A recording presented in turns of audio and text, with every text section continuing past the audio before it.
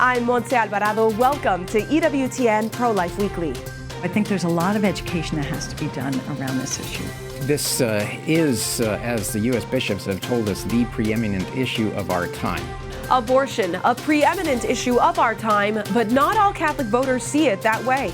The new EWTN News and Real Clear Opinion Research poll on top election issues.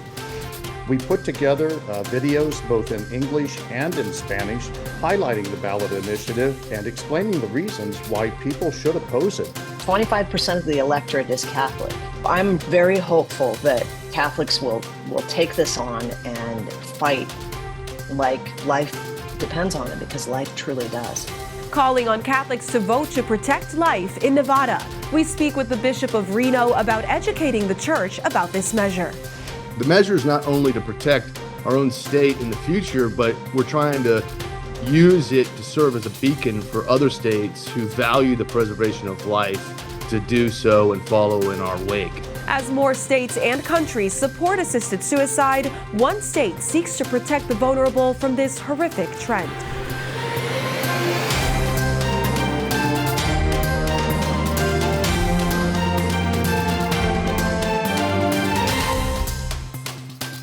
But it is striking that in this poll, abortion is one of the higher ranked issues that concerns Catholic voters right now. Abortion, a higher ranking issue, but not the top issue for Catholic voters. EWTN teamed up with Real Clear Opinion Research to ask Catholics about the upcoming presidential election. The sampling of 1,000 voters at the end of August provides a snapshot of how they may cast their ballots this November. Overall, the economy seems to be top of mind, with some 51% saying they're concerned with the economy. 13% believe the border and immigration is a top issue. 10% feel that abortion is a key issue. Following that, healthcare, crime, and climate change came in at 5%. And 1% think gender ideology is important. Diving a little deeper, we asked who should be responsible for setting an abortion policy, state legislatures, the federal government, or neither. 34% said state legislatures, 29% said the federal government, and a high percentage, 37%, said neither. Abortion policy is a leading issue in the presidential race. Democratic presidential candidate Kamala Harris has been outspoken about making access to abortion a federal so-called right. Her pro-abortion bus tour kicked off in the battleground state of Florida this week with the help of lawmakers like U.S. Senator Amy Klobuchar of Minnesota and Florida Congresswoman Debbie Wasserman Schultz. They called for national protections for abortion and asked voters to vote for Florida Amendment 4 that would allow abortion in all trimesters of pregnancy and enshrine it in the state constitution. By voting for Amendment 4 on Florida's ballot, to restore reproductive rights to Florida's Constitution. Current state law in Florida protects life after a heartbeat is heard. That is typically 6 weeks. Former President Donald Trump initially said he'd vote in favor of Amendment 4 in Florida, saying he thought women needed more than 6 weeks. But after some backlash, he officially pledged to vote no on the radical measure. Susan B. Anthony Pro-Life America President Marjorie Dannenfelser issued the following statement in response to Trump's pledge, saying in part, "We thank President Trump for shedding light on how extreme this measure is and call on all Republican leaders in Florida to follow the president's example." President Trump has also pledged to support in vitro fertilization and is promising voters to federally finance the procedures.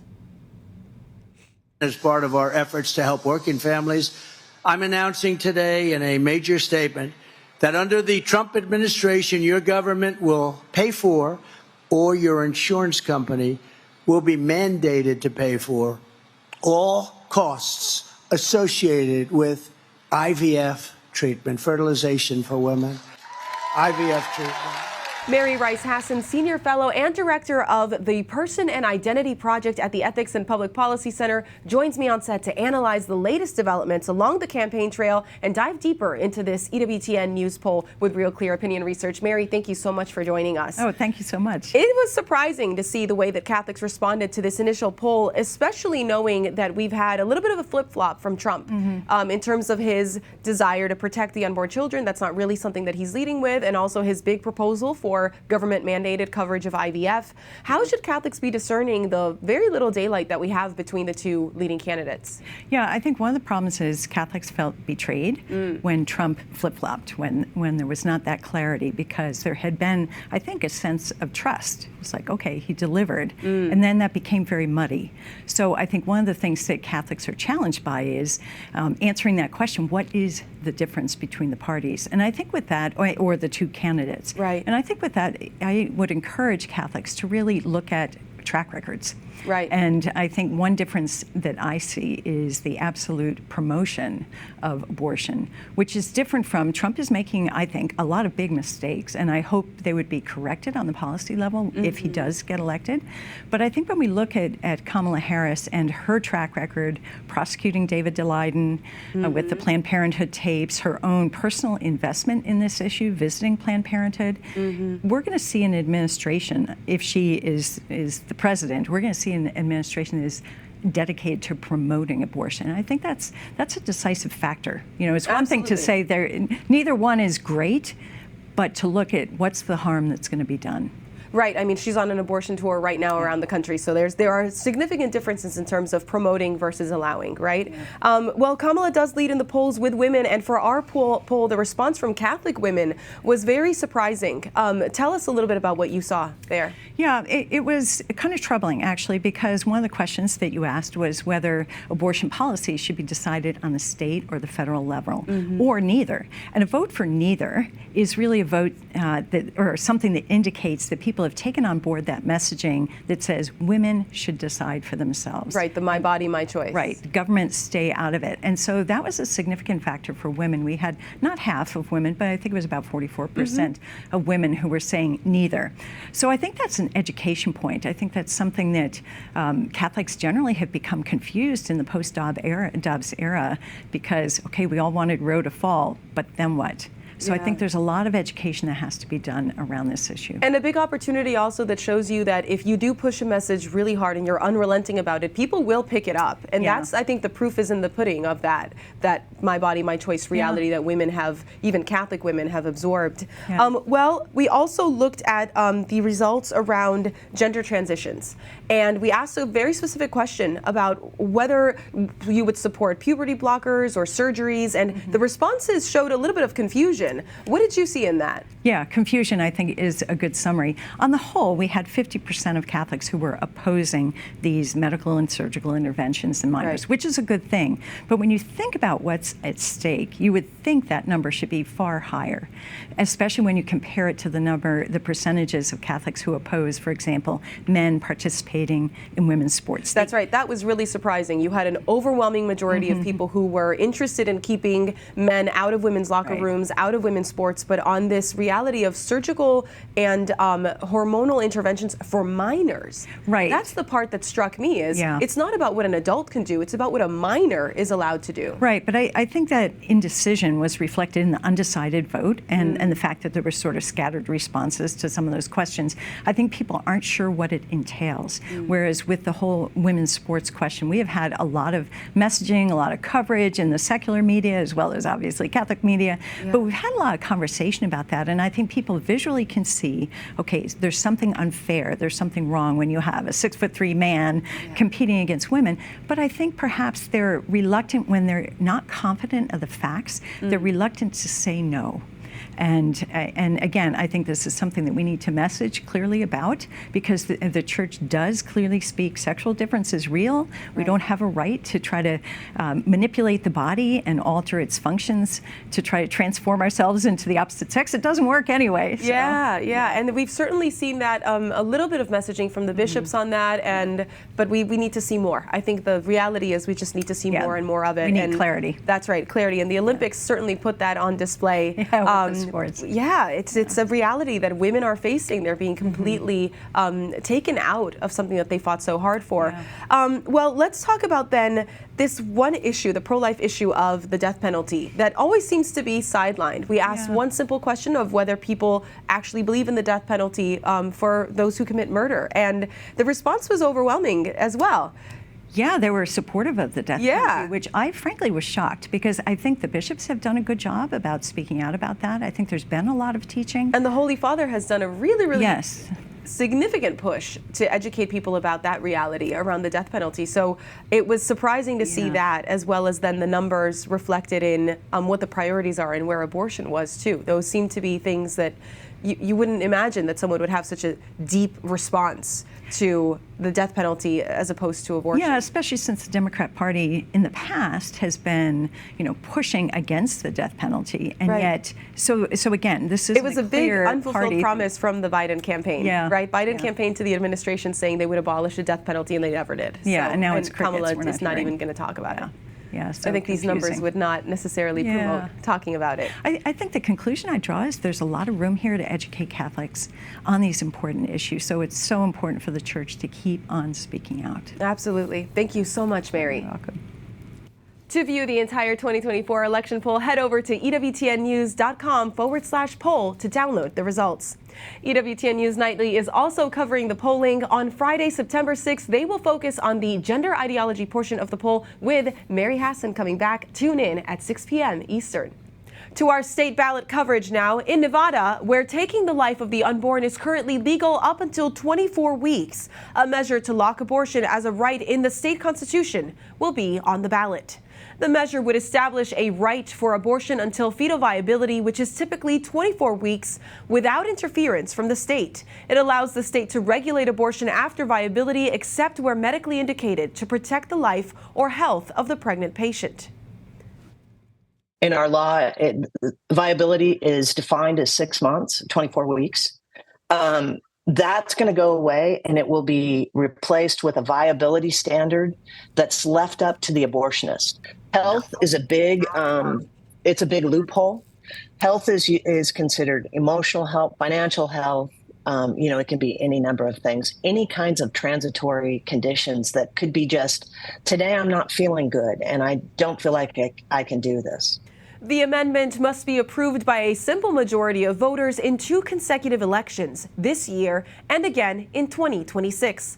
Bishop Daniel Muggenberg of the Diocese of Reno joins us to talk about defending life in Nevada. Welcome to the show, Bishop. What grassroots efforts is the Church doing to get the word out on this very important vote? Well, we've undertaken several initiatives so far. Back in the spring, we participated in a statewide initiative encouraging people to decline to sign the petition for the amendment itself. Despite those efforts, however, unfortunately, they did gather the signatures which were needed in order to place it on the ballot and to move the initiative to the next stage. Our second initiative this past summer, we put together videos both in English and in Spanish highlighting the ballot initiative and explaining the reasons why people should oppose it and encouraging them specifically to inform their neighbors, their family members, their co-workers in the office, because this has to be a broader-based resistance to this initiative than just the Catholic Church. And that's our third initiative, which is working with other religious groups who share our life values and collaborating with them to oppose this initiative through their congregations as well. But this is going to require a massive amount of education because the disinformation is extensive and will only be increasing in the next couple of weeks. Absolutely. There's a lot of money that's going to get poured into this. Well, this amendment has to be voted on this election cycle and again in 2026. That gives you more time to inform voters before the Nevada Constitution would be changed. How will you use this time? These 3 initiatives you outlined, is there something more that you might do? So we are working with our PR consultants as well as with Nevada Right to Life in collaboration with them so that we can have a multi-pronged approach. We're trying to figure out the strategy as we go through this. And we're also learning from other dioceses and other states that are facing similar initiatives in the hopes of imitating or replicating successful strategies as we see them take place. And what does this pro-life movement look like in Reno? What work does the Church do in caring for mothers and caring for children? So we actually undertake a variety of initiatives. We participate in the Walking with Moms that's sponsored through the U.S. Bishops Conference and encouraged in different dioceses that provides care through different pregnancy assistance centers in the Reno metro area, care for mothers who might not have or know, their options for life. And so those are actually interfaith works that we're happy and proud to participate in. And that gives us the ability to extend our efforts to multiple sites rather than just one or two. Our Catholic Charities also supports mothers who are in need. So we're able to provide everything from medical support, counseling support, emergency assistance, and prenatal support, and also after birth, helping them to care for their children as well. That's very important. Well, Bishop, for those who have seen the losses for the pro-life movement around the country, what words of encouragement do you have for them as we start this big push toward November? I think the encouragement that I would offer is to remember that this isn't just about a legal fight. This is about a moral fight for the conscience of our country and certainly for our Catholic population.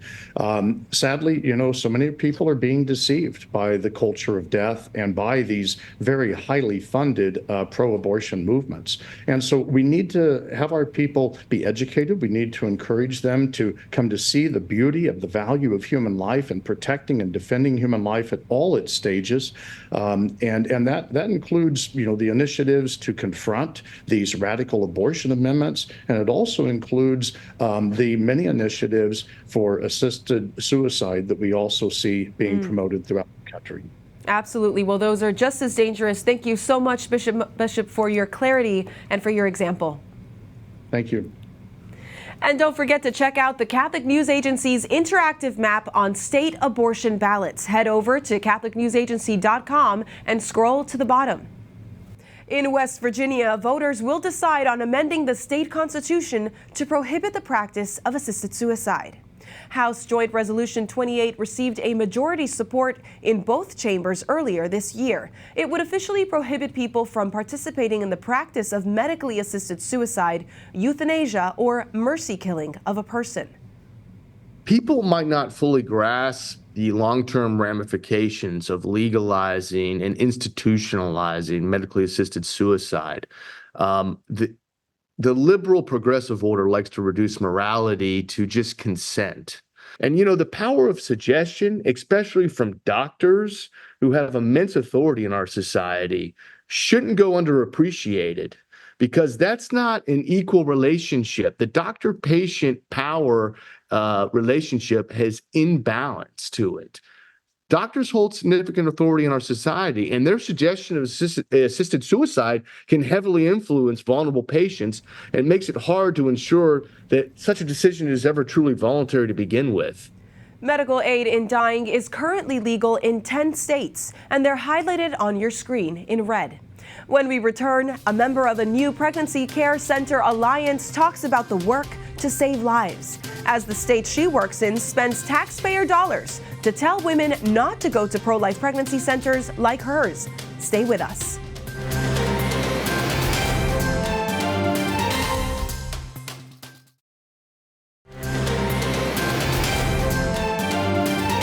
It is time to crack down on deceptive and misleading practices that many crisis pregnancy centers employ. In 2022, U.S. Senator Elizabeth Warren of Massachusetts led the charge targeting pro-life pregnancy centers, or CPCs. She sponsored a bill dubbed the SAD Act that would direct the Federal Trade Commission to prohibit false information by pregnancy centers and fine them if they violate those rules. Warren claims CPCs use deceptive tactics to lure pregnant women seeking an abortion into their facilities, which do not provide abortions. While that bill was referred to committee and has been reintroduced this legislative session, the state of Massachusetts has actually begun its own strategy to target CPCs in the form of advertisements. The state launched a $1 million taxpayer-funded campaign with billboard ads, commercials, and more, telling women to avoid crisis pregnancy centers. Diane O'Toole, Secretary of Pregnancy Care Alliance of Massachusetts and the Executive Director of Boston Center for Pregnancy Choices, has seen the attacks on pregnancy centers firsthand. Diane, welcome to the show. What does the pro-life movement look like on the ground in Massachusetts? Well, actually, we have traditionally been just a group of organizations, charitable organizations, mostly Christian organizations, that have just worked in our individual silos and helping women and men and families. And because of these attacks, we actually formed the Pregnancy Care Alliance, and we banded together to try to somehow combat the misinformation and the mistruths about who we are and what we do. Absolutely. Well, these ads are alarming. They're online, on billboards. How is your Pregnancy Alliance combating these messages? Yeah, so one of the things that we are doing is we're trying to get the truth out. And just like I'm on this show right now, to get the truth about who we are and what we do. We have, as I said, formed together, and we have tried in the many forms of the media to try to get our truthful information out about the truth about pregnancy resource centers. Now, the compassionate care that you provide is really important. You shared some data with us of how many clients you've served. More than 4,000. You've given more than 1,700 pregnancy tests and 13 ultrasounds. Are these ads impacting how many women are walking through your doors, and does it impact your funding? Unfortunately, yes, it impacts how many women are walking through our doors more than our funding. And it's really a sad state of affairs, because our clients who do come through our doors love us. We have a 98 consistently and above satisfaction rating among the clients who actually do come to us. And we give in Massachusetts, the pregnancy resource centers give over $1.5 million in resources to the clients who do come through our doors. So we really service our communities well. And because of these scare tactics that are run by our own government and are baseless, women are being scared to come through our doors, and therefore are not being serviced. Well, we've seen that. We've certainly seen that with Kamala Harris and her abortion tour. And Senator Elizabeth Warren, as we mentioned, does claim that CPCs use false advertising and lure women into their facilities, that they typically also don't have doctors and only volunteers. What do you say to those claims?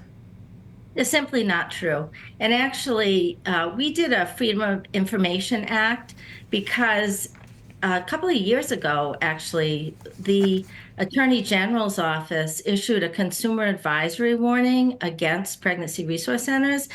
And so we knew a lot of what they were charging was not true.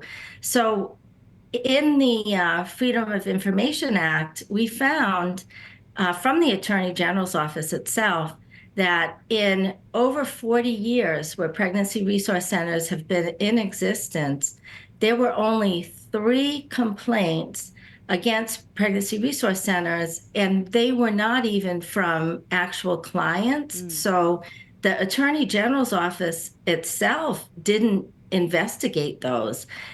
They deemed them baseless. And so issuing a consumer advisory warning against us was just not based on any fact. And you can only imagine that it was a political move. And we're not political organizations. We are charitable organizations. And all of the doctors and nurses and medical professionals that work for pregnancy resource centers are licensed, are, highly professional, and meet all of the regulations and guidelines that they are supposed to meet. So all of these allegations are truly baseless, and it's really a sad state of affairs when you have your own government coming down upon charitable organizations that their only goal is to help women and to help families. Well, it's important work that you do, and we're so grateful for it. Thank you for joining us, and we hope other women know that it's great to have these resources and to come through your doors. Thank you so much, Diane. Thank you for helping to get the word out about the truth. Absolutely. Thank you. Pope Francis continues his historic trip to Southeast Asia, the longest trip of his papacy. Speaking to the leaders of Indonesia on Wednesday, he deviated from his speech to praise the nation's birth rate, saying, "Your nation has a high birth rate, and please continue in this. You offer an example of this to other countries." Throughout his pontificate, the Holy Father has called on leaders to prioritize the needs of families and future generations. The International Eucharistic Congress kicks off on Sunday, September 8th in Quito, Ecuador. The last Congress was held in Hungary in 2021 and featured beautiful dancing and music of the Hungarian people. And of course, the Eucharist and Mass celebrated by our Holy Father. EWTN brought you coverage of all of it. EWTN will provide daily coverage and commentary from Quito as the designated official channel of the 2024 International Eucharistic Congress. Our coverage starts with the opening Mass at 10:30 a.m. on Sunday, September 8th, where 2,500 children will make their first Holy Communion. Thank you for watching EWTN Pro-Life Weekly. Don't forget to sign up for our newsletter, The Pro-Life Pulse, at EWTN.com/pro-life. Remember, life is a gift. Your life is a gift. God bless.